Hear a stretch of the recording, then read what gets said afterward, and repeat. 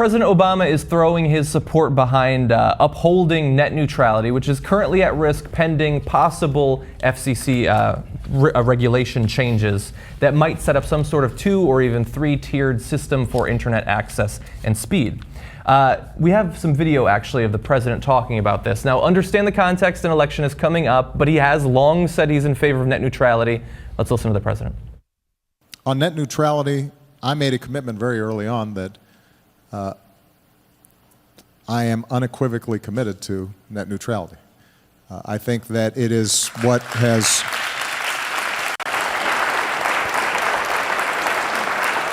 it's what has unleashed the power of the internet, and we don't want to lose that.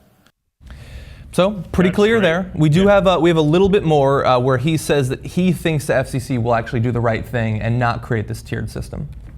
Now, the FCC is an independent agency. They came out with some preliminary rules that I think the netroots and a lot of folks in favor of net neutrality were concerned with. My appointee, Tom Wheeler, knows my position.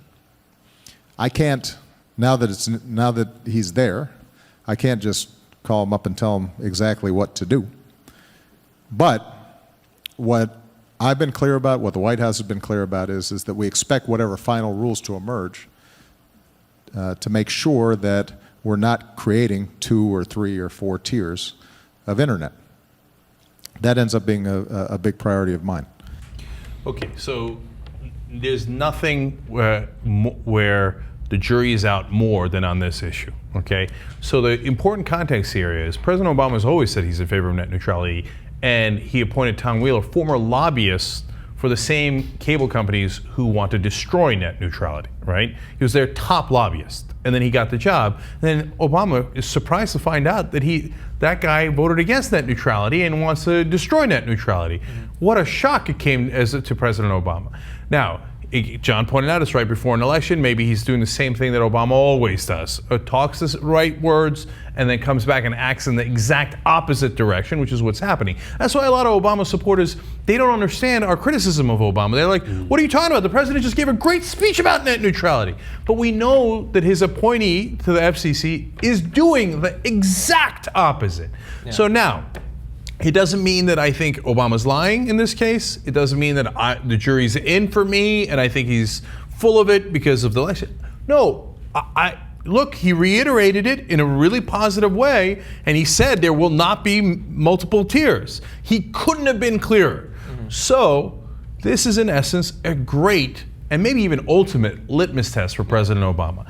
If at some point he says, no, that's nonsense, we're having net neutrality, that's what I promised, that's what's gonna happen, then again, all the credit in the world, the fact that he appointed Tom Wheeler, washed away, etc. Always an open mind.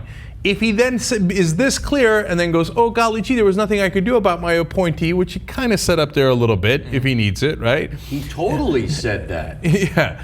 He said he couldn't even call the guy he appointed. Yeah. He couldn't call him up and tell him what his opinion was. Really? The president can't call this guy and tell him what his opinion is? Well, I think he let him know what his opinion was right there if he's not faking it. But all of it speaks to what fundamentally America has become. It's a corporate totalitarian state. I mean, this is the same candidate Obama who campaigned on universal health care. But the minute they had unilateral control of the Congress, then it became a free market solution, written by the Republican Party, and it was the opposite of universal health care. This is the same Obama who has absolutely outsourced the military to private corporations. There is nothing to suggest that Obama has defended any liberal values whatsoever. And I don't think this is an indictment on Obama. I think this is an indictment on how pervasive the corporate state is in running America. The influence of corporate America touches every touchstone of our lives, whether it's from our prisons, the education, the military. Now, our wars now are sold as products because of, we've outsourced so much in the military function to these corporations. And it's the same thing with the internet. Big money is going to win. Regardless of what Obama says in that soundbite, big money is always going to win, and these monopolies are going to control the net.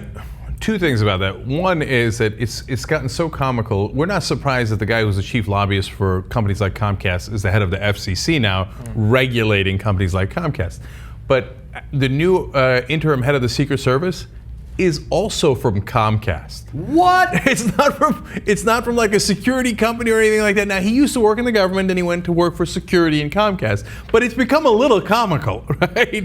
Eventually, Comcastical. Okay, eventually they're going to stop having the elections and be like, Comcast CEO is now the president. Yeah. Okay, that's it. It's over. Time Warner gets screwed. So now, on the issue, it's funny that I'm maybe the least skeptical on this panel about President Obama on this issue, because he's normally more reserved than this if he's going to backpedal, right? So I will do two things. If he is earnest about this, and then we actually get net neutrality and they roll back Wheeler's original decision, again, I will give him all the credit in the world, and I will say that he passed the litmus test, and apparently he was trying the best he could. I think he has limited imagination. I think money in politics has turned us into a corporatocracy. You're right about that. But within that system, Obama was trying the best that he thought he could do, right? If he does the right thing in this case. And I know I'm putting too much emphasis on one issue, but it really is emblematic of so many other issues that we've seen.